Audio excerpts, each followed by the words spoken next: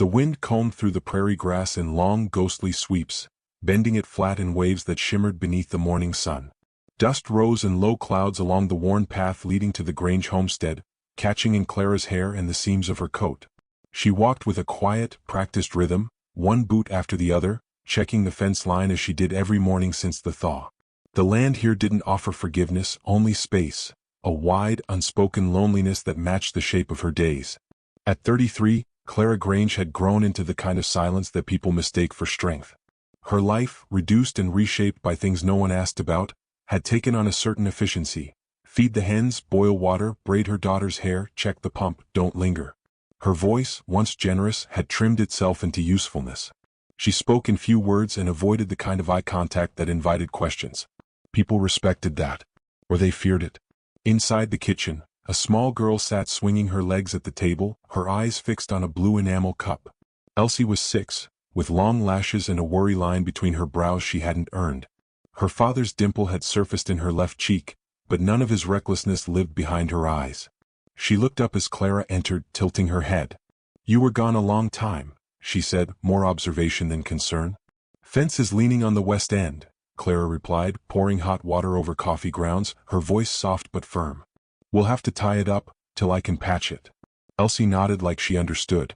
She had grown used to the shape of her mother's speech, short, measured, like planks fitted into place. Breakfast passed in quiet, the way it often did. Outside, the wind pressed against the windows, the sky pale and wide. Clara braided Elsie's hair with care, each strand tugged into place with fingers that once learned softness but had since memorized survival. They didn't talk about Elsie's father, not anymore. He had left like the river after flood season, raging then gone. What remained was sediment, and the silence Clara built over it. That day, Clara rode into town alone with the wagon, needing twine and kerosene. She avoided Saturdays when the crowd thickened, but the stock was low and she'd put it off too long. She tied her horse outside the general store and stepped onto the boardwalk, head bowed slightly as if bracing for something that hadn't yet arrived. Inside, the warmth of the stove mingled with the smell of salt pork and molasses. Heads turned. Mrs. Dobbins gave a curt nod from behind the dry goods counter. 2 older men near the stove quieted their talk. It was always this way, words paused mid-sentence, looks traded behind half-lowered eyes. No one said much to Clara, and she never offered more than was needed. She kept to her list, counted out coins with clean, calloused hands, and left with her supplies bundled beneath one arm. She was just loading the wagon when a low rumble of hooves and creaking tack made her glance up. A man approached on a dapple-gray horse, his frame broad beneath a canvas coat, dust lifting from his shoulders with each stride. He moved with the ease of someone who belonged to the land, no haste, no apology. Clara's hands stilled. James Cutter. She recognized him before she let herself believe it. Older now, more weather-worn, the sharpness of his youth settled into something quieter, but still resolute. The last time she'd seen him, he'd been knee-deep in river mud, hauling her half-conscious from the flood-swollen waters with a strength she hadn't known to expect. He'd saved her life, though they'd never spoken about it. Never needed to. He dismounted slowly, nodding once in her direction. Not overly familiar, not distant either. "Fence up on your north field's leaning," he said, voice low like gravel shifting. "Saw it on my way past." Clara stared at him a moment longer than politeness allowed, then nodded. "I noticed it this morning." He adjusted his gloves, looking past her toward the wagon. "If you need help mending it, I got spare wire and time." Her jaw tightened just slightly. Offers meant debts, and debts meant vulnerability. She didn't forget the way this town twisted kindness into rumor. But this was the man who once rode through a river to pull her out when no one else had dared. "It's manageable," she said. Pause. Then, "Thank you." He tipped his hat, unreadable. "All right then." He turned to leave. "Tomorrow," Clara said before she could stop herself. "If you're passing by." He glanced over his shoulder, nodded once. No smile. Just agreement. The wagon wheels turned heavy on the way home, cutting into Clara's thoughts. Elsie met her at the gate, face lit with sun and dirt.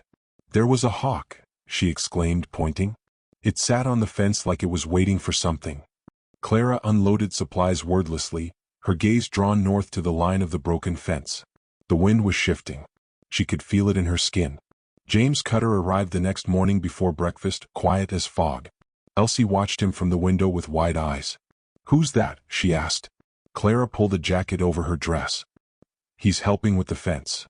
Elsie nodded, then frowned. Is he the man who saved you? From the water? Clara paused. Yes. The girl's eyes widened. You never told me he had a horse. Cutter worked with the efficiency of someone who understood labor as language. He didn't talk unless spoken to, but his movements were full of patience. Straightening posts, replacing wire, testing tension. Clara worked beside him, sleeves rolled, hands rough. They coordinated without fuss. It was the first time she had worked with another adult on the ranch since before. They didn't speak much, but each glance, each nod held something unspoken. A truce. A beginning. Afterward, Clara poured coffee on the porch, setting a mug near Cutter's elbow. He accepted it without comment, sitting on the steps while Elsie played nearby, tossing a rag ball against the side of the barn. She's got your eyes, Cutter said quietly. Clara stared at her daughter. She's got her own.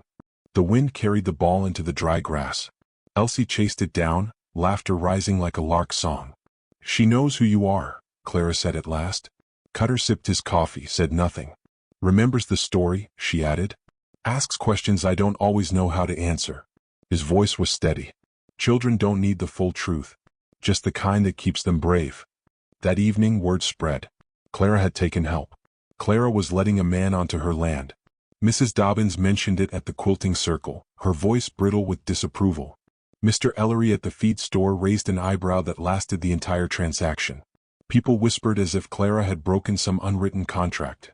An agreement that a woman alone should stay alone, make do without notice.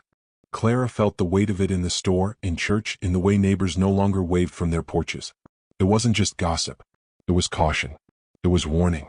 That night, she sat by the window long after Elsie had gone to sleep, watching the dark silhouette of the barn where Cutter had left the fence coiled neatly and tools stacked by the post. She held a cup of tea she hadn't sipped from, her fingers tight around the handle. He hadn't asked for anything. Hadn't even stepped inside the house. But his presence had shifted something in her, unlocked a part of her that had gone silent with grief. Not hope exactly.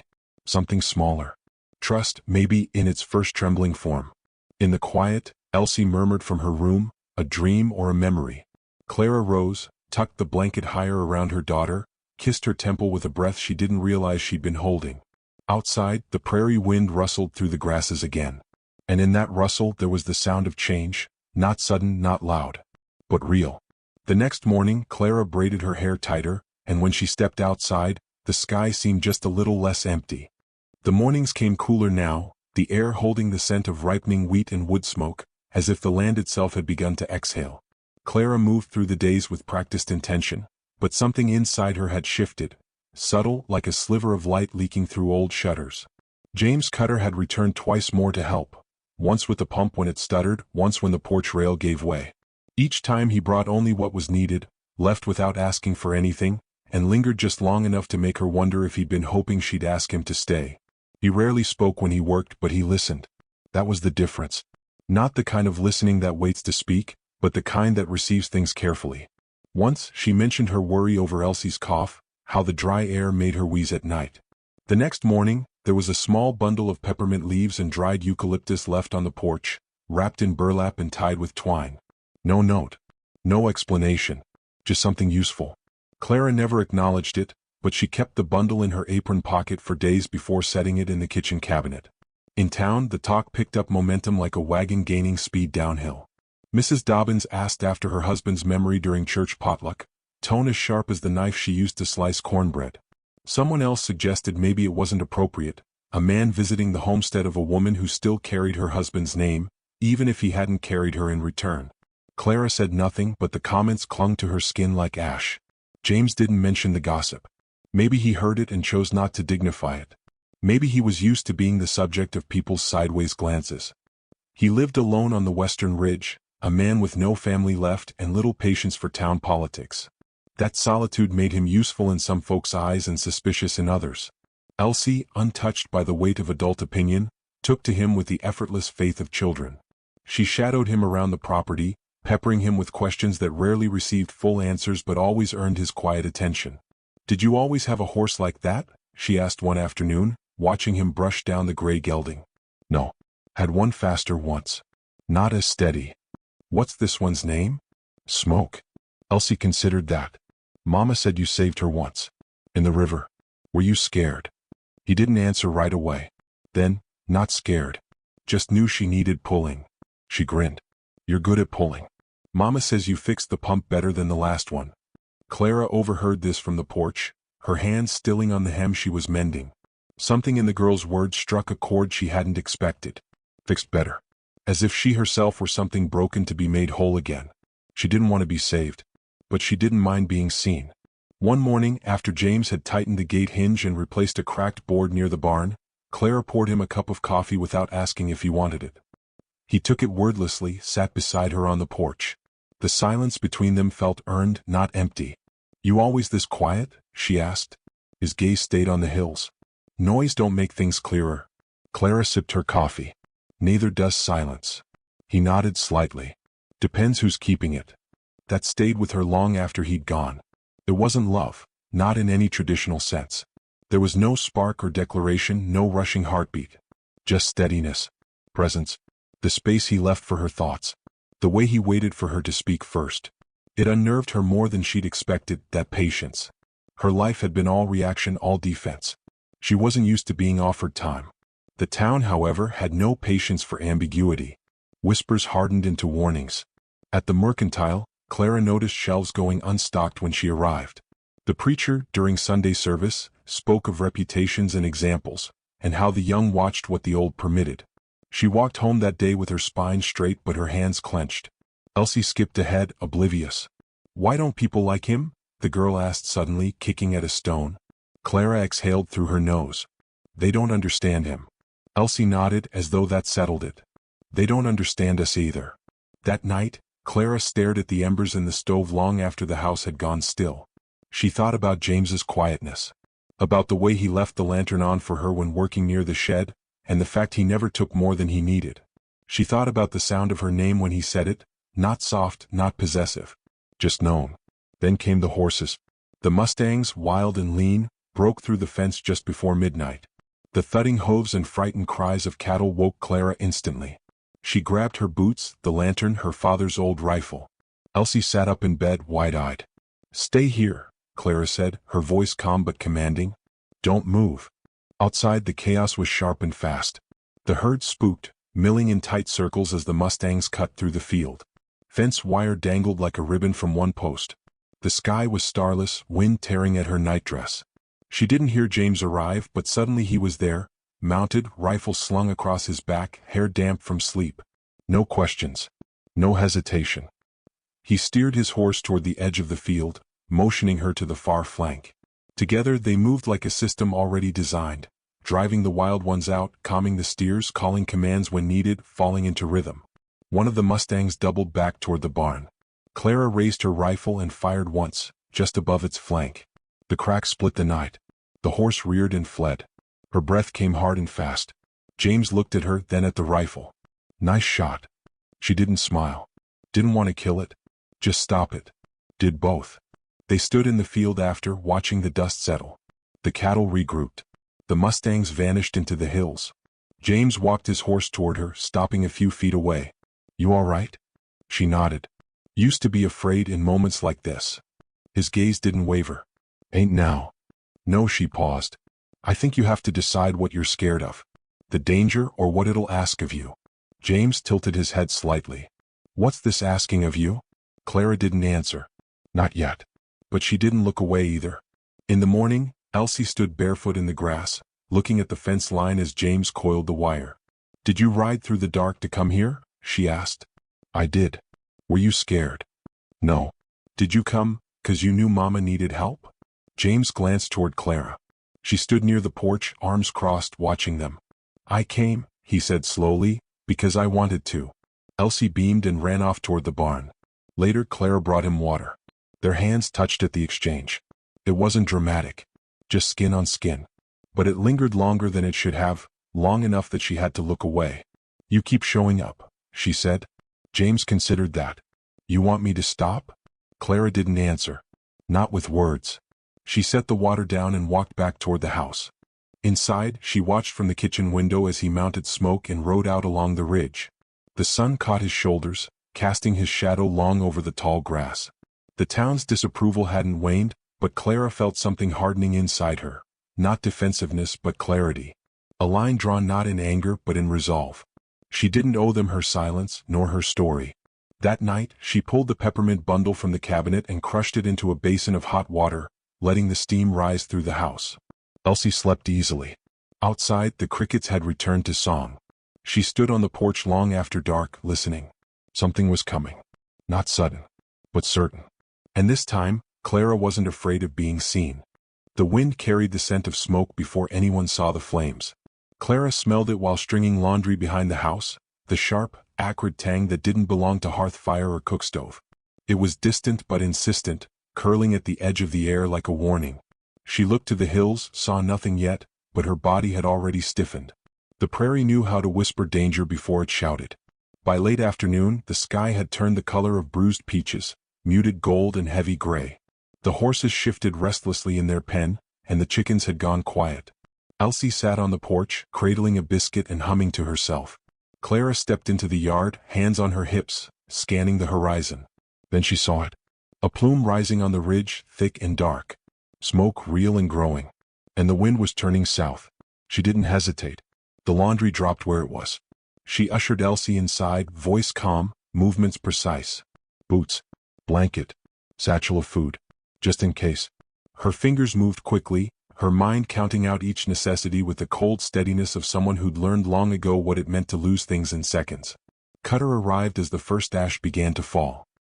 His horse was lathered, and he rode without ceremony straight through the open gate. No words, just urgency in his eyes. Clara was already near the barn with a shovel and a water barrel. "It's coming down the west ridge," he said. "Fast." She nodded.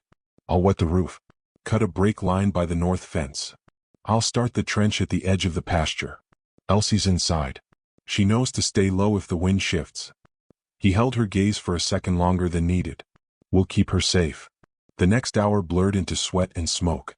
They worked with a rhythm born of shared will, passing tools, hauling water, moving with the unspoken choreography of people too focused to panic. The wind screamed like an animal, dragging embers across the dry grass. Flames licked toward the barn. Clara's arms ached. Her dress was soaked, stuck to her back. Her throat felt carved from stone. By sundown, the fire had reached the perimeter. The trench slowed it. The roof, wet and smoking, held. But a second blaze sparked near the coop, curling fast toward the house. Clara turned just in time to see it. She didn't think, she ran. Inside, Elsie crouched under the table, clutching a doll, her eyes wide but dry. Clara swept her up, wrapped a blanket around them both, and darted back out through the side entrance. Smoke clawed at their lungs. Ash stung her eyes. But she kept going, heart a drumbeat in her throat. James met her by the well, face streaked with soot. He took Elsie without a word and wrapped his coat around her. Clara bent double, coughing hard, trying to clear her lungs. Then came the sound. The barn beam cracked and fell, taking part of the roof with it. The flames roared as if claiming something final. Clara turned instinctively, her hands half reaching toward the place where the horses were still penned, where the feed and tack and tools that kept them alive were stored. "I have to," she started, but James stopped her with a hand on her arm. "No. It's gone. There's still time." "Not for that." They stared at each other, the fire reflecting in both sets of eyes. For a moment, they were not Clara and Cutter, not mother and helper, not widow and outsider. They were two souls standing on the edge of what could be lost and what had already been survived. The fireline held through the night. Neighbors arrived in waves, throwing dirt, forming chains with buckets. Faces she hadn't seen in months, faces that had turned from her in pews and markets, now streaked with sweat and fear. Some offered help without looking her in the eyes. Some did not speak at all. But they worked. By dawn the worst had passed. The land smoldered, blackened in patches, but the house stood. The pasture lived.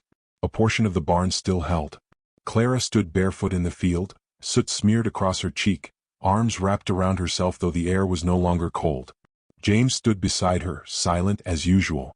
"You were right," she said, her voice rough. "About what?" "That it had come fast. That there wouldn't be time." He shrugged. "We had enough." She turned to him fully. "You didn't have to come." He met her eyes. Didn't even think about not. That sat between them, a truth too plain for further examination. Clara didn't look away. Her mouth opened, then closed. She swallowed. "I heard what they said." "The town?" she murmured.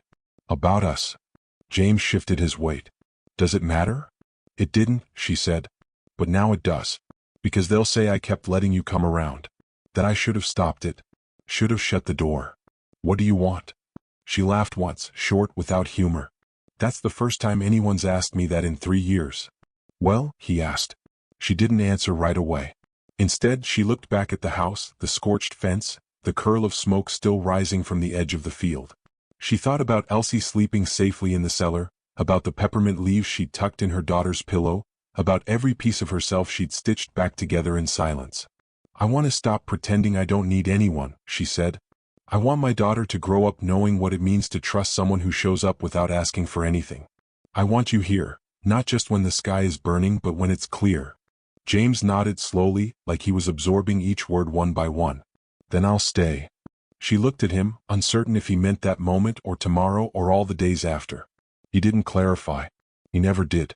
But something in his stance, solid, steady, without flinch, told her everything she needed. They heard voices then from the edge of the property. Townsfolk gathering. A few on horseback. The preacher among them, standing a little straighter than usual, as if expecting a reckoning. Mrs. Dobbins was there too, with her pressed collar and narrowed eyes. Clara squared her shoulders. They're waiting for me to explain something I don't owe them, she said. James didn't move. You don't have to. But Clara stepped forward, her boots crunching in the scorched earth. She walked to the edge of the porch where the group could hear her, hands empty, posture clean. My land is safe, she said. My daughter is safe. We fought this together. The preacher cleared his throat. No one's saying you didn't, Clara. We're grateful for that. But you've been entertaining company. James stepped forward then, but Clara raised a hand to stop him.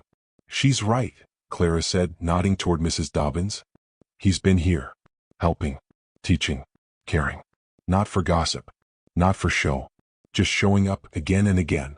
Murmurs rose in the group. And I won't apologize for letting my daughter see that. For letting her know that strength can come quietly. That trust doesn't always wear the face you expect. James stood behind her, silent. Clara didn't turn to see if he was smiling. After a moment, someone clapped. Then another. The preacher gave a reluctant nod. Not everyone was won, but no one argued. That night, after the last ember faded and the last bucket was set down, Clara sat on the porch steps, hair still smelling faintly of ash. James brought 2 cups of coffee.